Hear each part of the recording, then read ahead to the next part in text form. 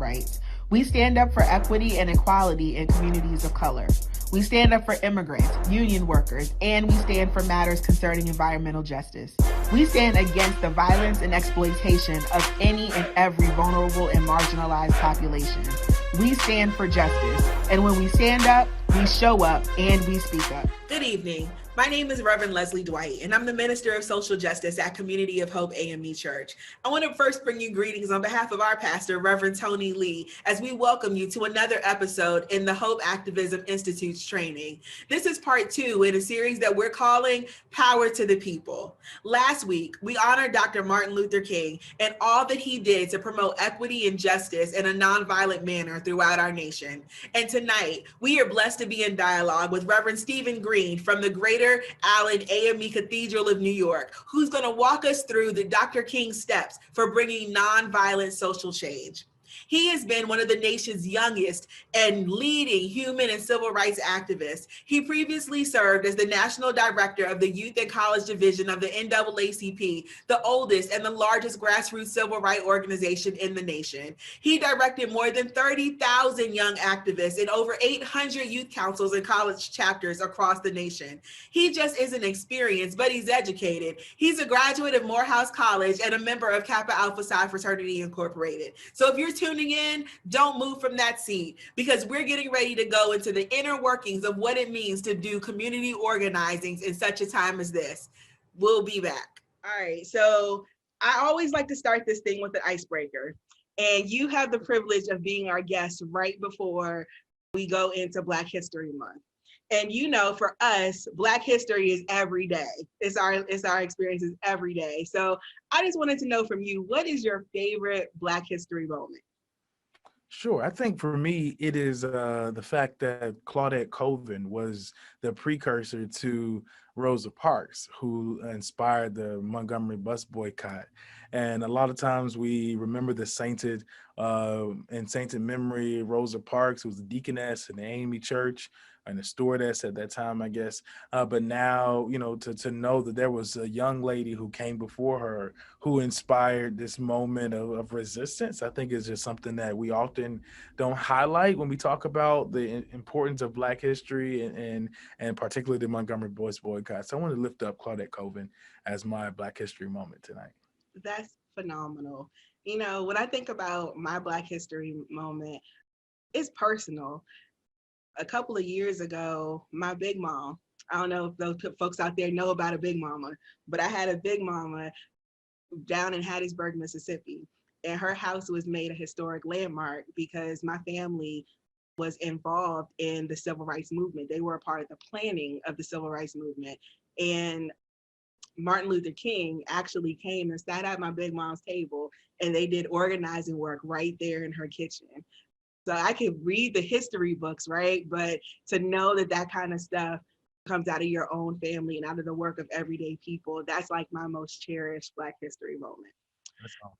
Yeah, so I want to jump into our conversation today where we are talking about community organizing. We've spent the last couple of weeks, you know, equipping our folks around activism. We've talked about advocacy. We talked about digital organizing, but digital organizing is only one piece of the larger pie around community organizing. So today, I wanted to kind of pull from a work that you did where you kind of set the framework for the 6 steps to nonviolent social change. Do you want to give us a little bit of history on what that is? Sure. I think that, you know, a lot of times when we consider the movement, we often forget that there was structure and organizing history that goes into the strategic change that the movement brought towards this country. There were effective policy changes that took place, the Voting Rights Act of 1965 and the Civil Rights Act of 1964, as well as the Fair Housing Act of 1968. And those policy changes were precipitated by grassroots organizing. Saul Alinsky has a community model of organizing that is a Chicago model that is adapted by the Kingian tradition. And so Dr. King's model, or the 6 steps of nonviolent social change, is 1, information gathering, 2, public education, 3, personal commitment, 4, negotiations, 5, direct action, and 6, reconciliation. And I'll break that down. for folks who are taking notes tonight and really wondering how they can use these steps to precipitate change in their local communities. Information gathering is the first step. Is that whenever you have a cause or an issue in your community that inspires you to change, or you recognize as a moment that requires a new vision, that you gather all the facts. That we want to make sure that we are fact driven, and that we begin building a case for our transformative moment through information gathering.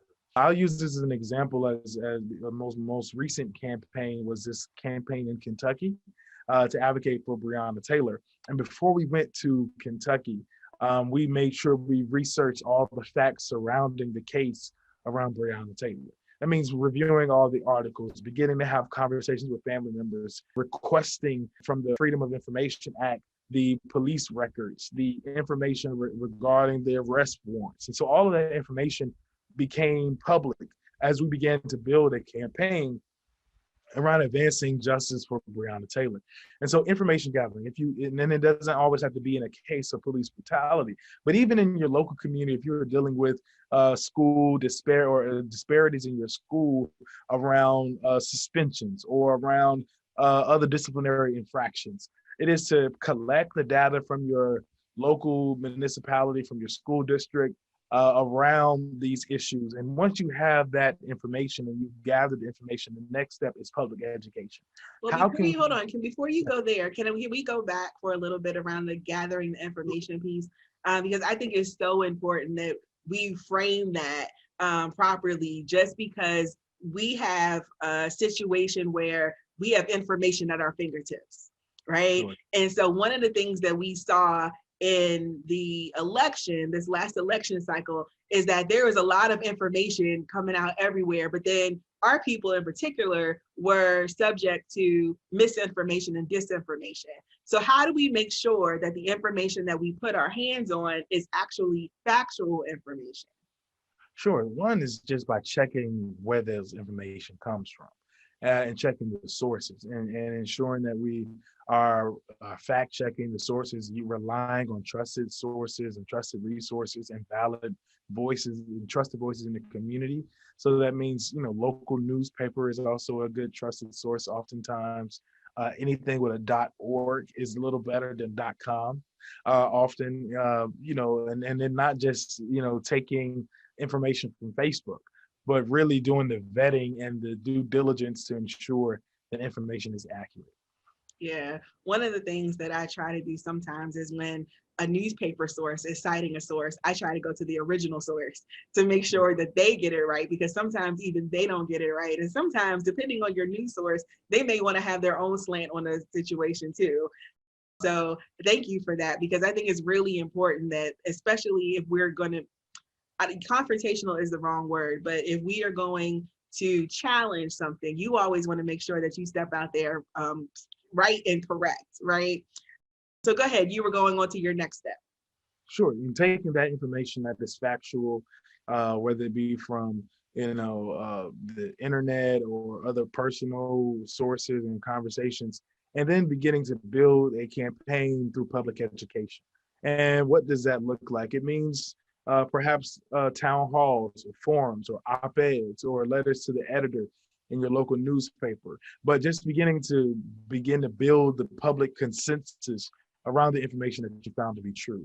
Also using digital resources. I know that you all have had previous conversations around digital resources. I like to use Canva, canva.com, which is a free resource for people. It is PowerPoint 2.0 or clip art or word art that we used to use back in the day, if you will, or early 2000s or late 90s. But it is a souped up way of being able to document information, taking that information and putting it on your social media pages so that people can share it and begin to have these town halls and forums and begin to meet with people in your community around these issues, and also building a coalition. Because anytime you're building a cause or a campaign, you want to expand your coalition. You want to have people who can join you in the fight, and understanding that faith communities, partner with labor groups, partner with civic organizations, partner with youth groups. If you're doing something that is particularly related to young people, it would be great to have young people at the forefront of that conversation, at the forefront of that coalition. And so it is important that we educate people about the facts.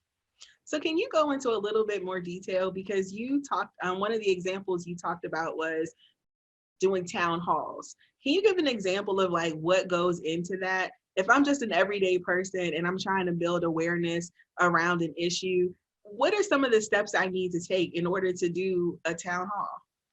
Sure. I think, and I have a toolkit and a resource that will be uploaded online with specific action steps on how do you build a town hall, going all the way to finding a location, advertising the date for that meeting, as well as understanding the importance of having trusted speakers who would speak about those issues that you're bringing up.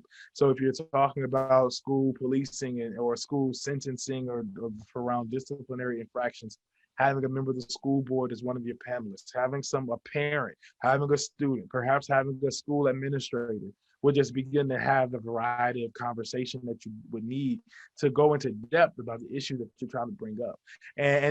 Because we're in this virtual space now, Zoom affords us the opportunity to be able to expand those conversations, whereas we would not be able to get everyone to come to a place on a Wednesday night for a meeting, but now they can join and hop on online, hop on over their phone, or watch even on, like we're doing now, watching at the Community of Hope TV station, if you will.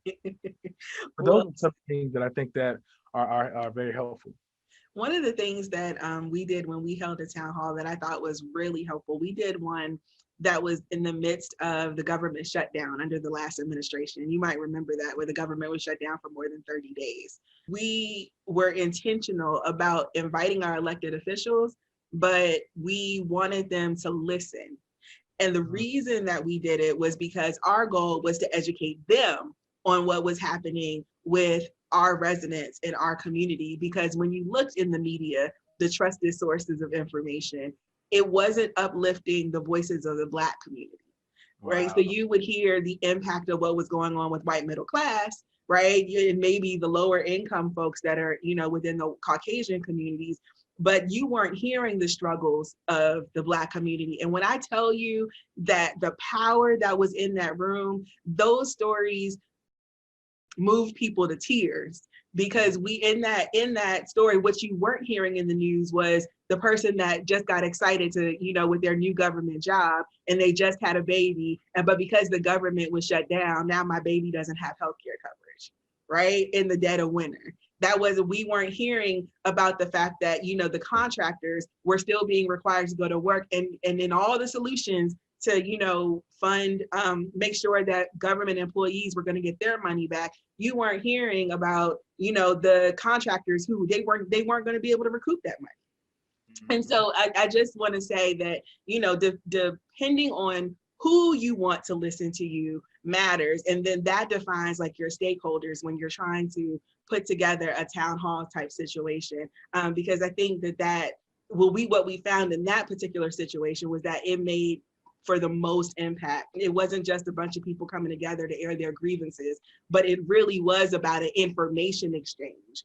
And one of the great things that came out of that was that one of our congressional leaders developed a whole legislative piece around some of the issues that he heard emerge out of that session. So I just wanted to co-sign on what you were saying and to add to that, because I think that town hall piece, in terms of it being an educational tool, is extremely, extremely important. I'll go to number 3, which is about personal commitment.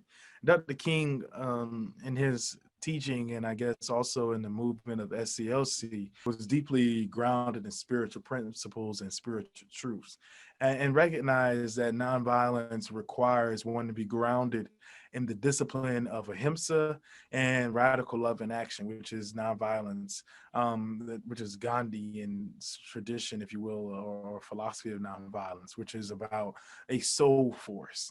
And I think that is what this personal commitment is about, is after you have done the education and you've done the research, is that you want to check your privileges and check your commitments and ensure that you are committed to the truth and committed to the long haul of this campaign or struggle that you're in, and not doing it for any sense of personal validation or anything else, but you're truly invested in building and realizing beloved community. And I think that is what is so important in this work, is that it requires us to tap into something that is far greater than ourselves, because the work gets hard, it gets tough. You may not be the most popular person by trying to challenge the system and status quo, but it requires one to be deeply invested in there and committed to the work that they've been called to do. And so that's why personal commitment is extremely important.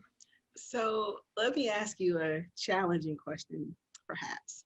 Well, my experience has been that in the organizing space, you can have a group of people who are down for the cause until it's time for them to be down for the cause. So talking about commitment, what advice would you give to people who, when it comes to remaining committed, they find they're leading an effort, they're organizing people, they can have a call list of 1,000 people that they've had contact with and they've had favorable conversations, but when it comes time to move to the next level, that list dwindles down to just a few people. What advice would you give them? Sure, is that, shun not humble beginnings is what the scripture says, and also recognize that there is enough within you and those who are committed to be able to advance the causes that we are committed to, that we have, because we look at history from the past tense, we see that how successful the civil rights movement was, but we must understand it was only 3% of the Black church that was a part of the civil rights movement. It was not every Black church, it was not every Black pastor, it was not all Black people, but there were some who were committed. And there were 9 young people who went into a Little Rock Central High School to integrate it, and they changed the world. There was one person by the name of Ruby Bridges who went to her school and changed the world. So it is not about the quantity, but it's about the quality of those who are committed to that work and to those who are committed to advancing the cause of liberation and justice. Absolutely. And one of the other questions that I have is, like, we're moving through this list in a linear fashion, but is it I guess what I'm trying to say is, do we have to repeat the cycles, or are the cycles ongoing, or the steps ongoing? Sure, I think the steps build upon each other, and I think that in each new campaign you start from the top. I think in each new campaign you start with building with information and public education. Okay, perfect. All right, let's go to the step number 4. All right, step 4 is negotiation. Is that after you have been committed and you check your privileges and you have done the public education and you've done the research, now it's important that you begin to build a consensus with your opposition. That we intend to recognize that we're not here to change people per se, but people change institutions, and recognize that the goal is to never attack a person, but it is to always be grounded in the awareness and truth that people can change institutions. And so we begin to move into negotiations to begin to meet with legislators, meet with policy officials, meet with politicians, meet with your school administrators, and begin to have a conversation with them about about the changes that you anticipate, about the changes you precipitate happening, and then hope that they would begin to meet your demands. And then the goal is that hopefully this is as far as you need to go, right? That if you get to the table of negotiation and you recognize that here is where we can find points of intersection, and where we can change and where we can grow together, then we'll make it happen there. And if not, we must also recognize that there requires other steps, right? When we first went to Louisville, Kentucky, we met with the mayor, met with the city council persons, trying to get them to fire the cops or arrest the cops who killed Breonna Taylor. And they were asking us, well, why would we do it? And what would give us the credence to do said thing? We know that they did this and we know they did that, but do you have any evidence? And so we presented our evidence evidence as best as we knew, and they decided to meet with resistance. And that is what leads to the next escalated step in nonviolent direct action, which is actually engaging in direct action. And that is the point of confrontation, a creative tension that is created to strike the opposition and to awaken their moral consciousness and to provide the moral framing that is necessary for social transformation. Wow. So let's dig in there for a second, because is it likely that you can go to the table in these type of situations if you've been involved in this work for some time? I'm not gonna say is it likely, I'm gonna say how likely is it that you reach what you're looking for, you reach goal upon the first conversation? Yes. Not often, right? I'll say that is that, it's not always likely that, and even Frederick Douglass says it like this: power concedes nothing without a demand, never has and never will. And so we recognize that power requires us to push towards social transformation through collective will and collective agency. I think we see that, but on the other side, on the converse, we've seen that with pushing back and forth, like when President Trump imposed a Muslim ban, when he decided to separate children at the borders, when he decided to deport people, is that we had to push back, we had to relent. But on day one of a new administration, President Joseph Biden repealed all of those draconian laws off of the book and began to move forward. And so, it did not require that level of force that we had to express under a Trump administration, but it provided us a different landscape to move forward. Yeah, except that, under a new administration, it was easier, but it still required, it goes back to that step that you were talking about in step 3, remaining committed, because you still had to build the issue, and you still had to have the tough conversations, and you still had to do, the pieces of building direct action to build awareness. I wanted to ask you about negotiations really quickly before we move on. Negotiations means that at some point there's something that you're willing to concede. Sure. How do people prepare to go into a negotiation? Yes, I think going into negotiations, one must be prepared for that, so that you may not get everything that you want at the first go round. Is that we have a vision of abolition and we have a vision of liberation, and that must be our goal. But we must also understand that it's important to take the steps towards that goal, is to take the steps towards liberation, take the steps toward freedom and justice. And I think that is what sometimes requires us to go back to the drawing board, and sometimes we may be frustrated and upset, but we build anew. We go for the extra mile. We try to move forward, and we try to make an adjustment. Is that the goal of the movement to protect the right to vote was not to get a voting rights act, but it was to get an amendment to the Constitution to ensure the fairness and effectiveness of the right to vote. And they ended up with a voting rights act that had to be approved by Congress every 20 years or renewed by Congress every 20 years. And we saw in 2010, as they gutted the Voting Rights Act in Section 4B of the Voting Rights Act, that we lost the teeth of the Voting Rights Act. And so now we are back at the drawing board. We saw voter ID laws and we saw all these things, and we had to overcome them.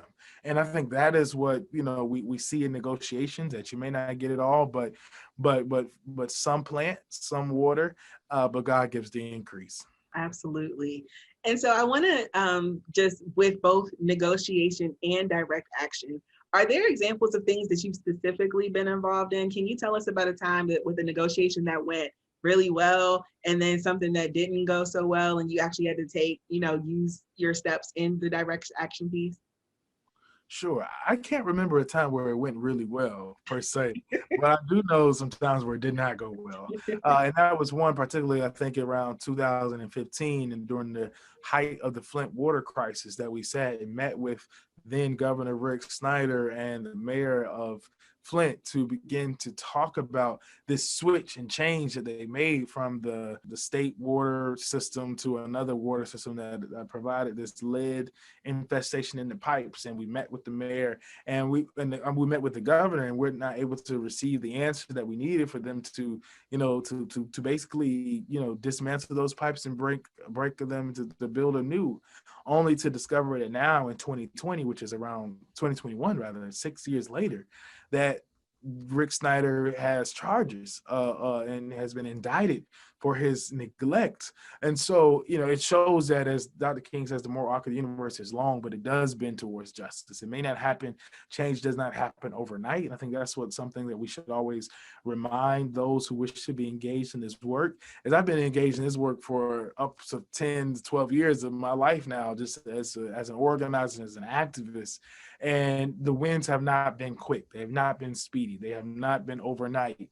But each and every one of them have been diligent, and overwhelmingly, at the end of the day, we push towards justice. And I think in the same case with Breonna Taylor is that, although we did not get ultimate justice, which would have been those cops that murdered her held responsible for her death, is that there was one at least that was held responsible for misguided shooting, and that we believe that we will go back to trial and have another grand jury and hopefully an attorney general that will investigate these cases.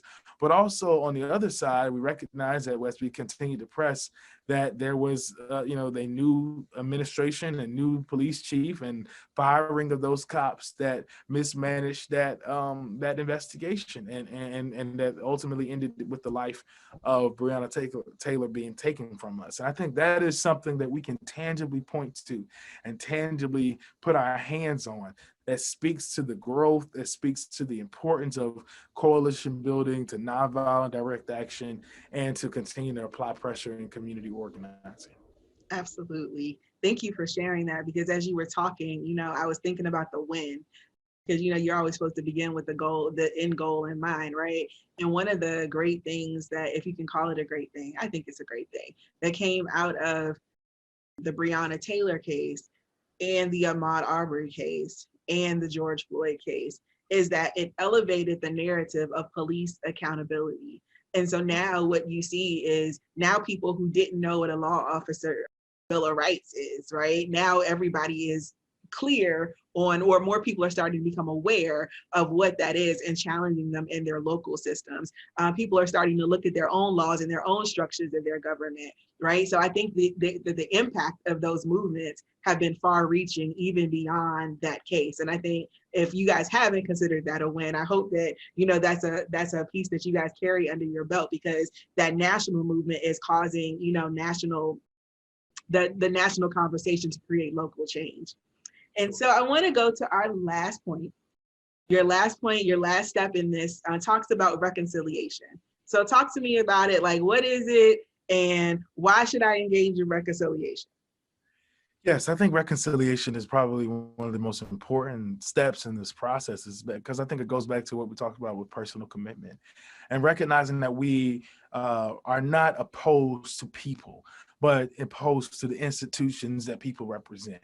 And when we believe in reconciliation, we reconcile with our brother and sister in humanity to restore and to reframe these institutions. And I think that is what makes movements effective and helps people live in a harmony and beloved community together. It is not to leave communities with a rupture, with a brokenness. It is not to leave them, pitted against each other, but to find points of intersection and agreement that one is able to build collectively together.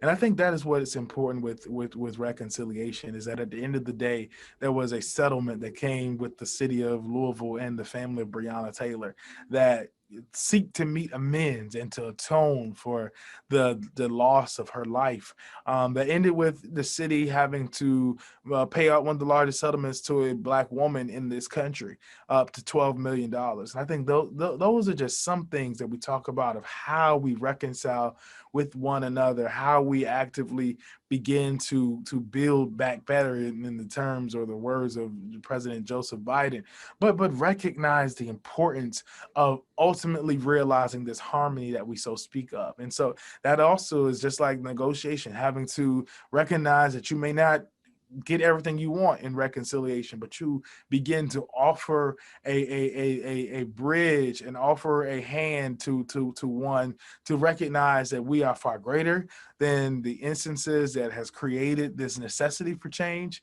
and yet we intend to build beyond this and to create the world that should be. I think that is what ultimately is empowers us to continue to fight in this movement, is to continue to build towards something that we do not see in the present tense, do not see in the here and now, is because we're grounded in an understanding and a truth of what can be and what is yet possible. So I want to talk about this piece of reconciliation from a perspective of faith and justice, because when you bring up the word reconciliation, that can rub people the wrong way, because some might take on the view that reconciliation is for those who have atoned for their sins or they're repentant for what they did.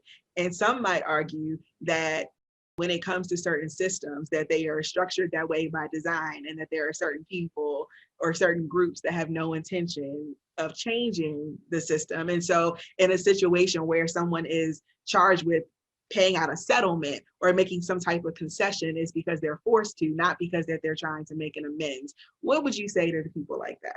I think that that's a fair view, and we have seen through history that some people are not moved by what they have had to do, or they are not atoned for their ills or sins, if you will.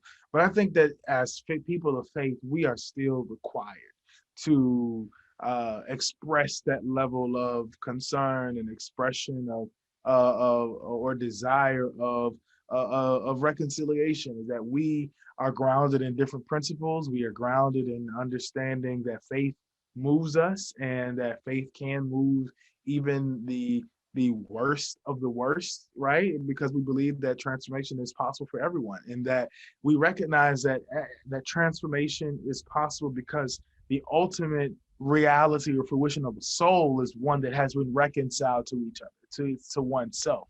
And I think that is what pushes us to see that an unreconciled soul is an undeveloped soul, right? And that one, and so we want to see one develop and ultimately become their best self.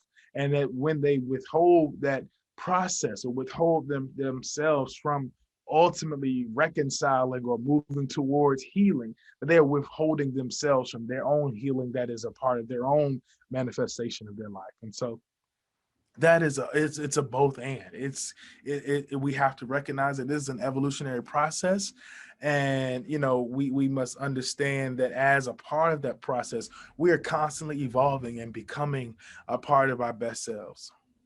That's a really good response to that. And I will say to you that I've been asked that question in many forums about reconciliation, and it's always a tough question to answer. And actually, in the most recent forum, I was asked about reconciliation. I was like, I don't think anybody's offered me an apology, right? So, and I think that, what that says, though, it doesn't mean that we can't reach a point of reconciliation. But I do think that we have to be mindful about when reconciliation is offered. Because I think, offering reconciliation too early can also bring harm and hinder further progression in the movement. But that's just my personal opinion. I want to end this conversation with just if you had to stake your claim on the church being involved in the justice movement, what is it that you would say to the layperson, to the congregant, to the preacher that needs to get involved in the movement? And I preface that question by saying that, one of the questions that I was asked at the onset of the pandemic, it was a constant question: where do we go from here? What do we do now? What am I supposed to do? And it was a sign that the church had, not every church, but some churches had kind of been disconnected from the movement. Where's the intersectionality of faith and justice? And what would you say to those folks? Sure. I think that faith and justice are one. Is that when we look at justice as being the ultimate realization of love in public, it is the truest form of the ministry of Jesus Christ and the ministry that God has called each and every one of us to be co-conspirators in and co-creators of. And I think that we ought not see those two as bifurcated, but see them as one. Is that faith and justice are one, and what God's will for our lives and what God's will for our humanity is that we become one with spirit, and that becomes that level of harmony and equilibrium is what justice looks like. It is this oneness, it is this purity, it is this equity, it is equilibrium of people and spirit and the world intersecting as one. And I think that the role of the church primarily is to begin to give language to this movement, to give language to what justice looks like from a perspective of those who can dream and expect the impossible, right? That we believe that if you can have a mustard seed sized faith, then you can move mountains. And truly, we ought to be able to provide the language for what reparations looks like in this country, and not begin to think that it's cost too much to give everyone equitable land and equitable resources to live a fair and just life. We have to give the language to people to be able to imagine from their soul what justice looks like in public and what it looks like to create a nation that is truly grounded in principles of fairness, equity, and justice that the founding papers and the founding fathers had so written on, and I think that or written about, and I think that is truly what is the calling or the mantle and the mandate that is upon the church in this hour, is to speak truth to power and to organize collectively and to build from the grassroots. So the AME Church particularly was created as a social justice movement, and if we recognize our history and recognize the importance of the Black faith tradition, it was organized, it was created as a form of resistance to white supremacist evangelicalism. And I think that is what the Black church must begin to reimagine itself as, that we are not called to be those who just come and run and shout and sing and yell, but we're called to do work, to do justice, to love kindness, and to walk humbly with God. And when we reimagine ourselves and recommit ourselves to the true purpose of the faith and to the true purpose of the mission of the church, we'll begin to see the transformation that we need to see in this world, and that we are the hands and feet of God to do the work to bring thy kingdom on earth as it is in heaven. Absolutely. That was good. That was a really, really good response, but that was a really, really good reset for where we are and for such a time as this. Many of us are celebrating the fact that we have a new administration. We are celebrating the fact that we have a new vice president who is a woman, and she's a Black woman, and she's an Asian woman, right? A minority in leadership. But the fact of the matter is that none of that came without people organizing and people doing the work, people putting forth the call for justice, and not just in the subject matter areas, but in who we want seated in leadership. And so I thank you for reestablishing the call for the church, because what you basically just said is that our work can't end here. Our work cannot end here. And so as people are getting ready for local elections and as they're getting ready for redistricting conversations, I think that, it's really important that as the church, we have a presence and we give people the language to pursue the causes in their community. So thank you so much, Reverend Green, for stopping by today. Thank you for having this conversation and this dialogue with us. You've been in the game a long time. Tell people where they can follow you and what you're up to these days. Sure. At Green the Rev on all social media, and just continuing to do the work on the ground in our local community here in New York. And as you can imagine, that with local elections coming up, we've got a lot of work to do to really drill down on making this a very tangible, realistic, beloved community. And as well, we will continue to advocate and push for equitable justice with this new administration. Is that we're grateful that we have a change in pace, but we're not going to relent. And so if there ever was a time for people to get their marching shoes, is now. Wear your mask, get your shoes, because we got to go back outside, because now is the time to do the work. Now is the time. Listen, Reverend Green produced a resource guide for you guys called Let My People Go. In poverty, militarism, racism. It's a national resource guide that goes into much, much, much more detail on the steps that we talked about today. You can find this resource at www.hiphopenation.com under our recent articles section. And if you're looking for information around our advocacy tools, please check out in that same section our advocacy guide, where you can find resources on trusted sources to gather your data, your information from. You can find tools on digital organizing and much, much more to help you in this fight. Listen, don't give up the fight. The time is now to continue the work. We are so excited that you tuned in, and we hope that you join us again next week. Same bat time, same bat station. Peace.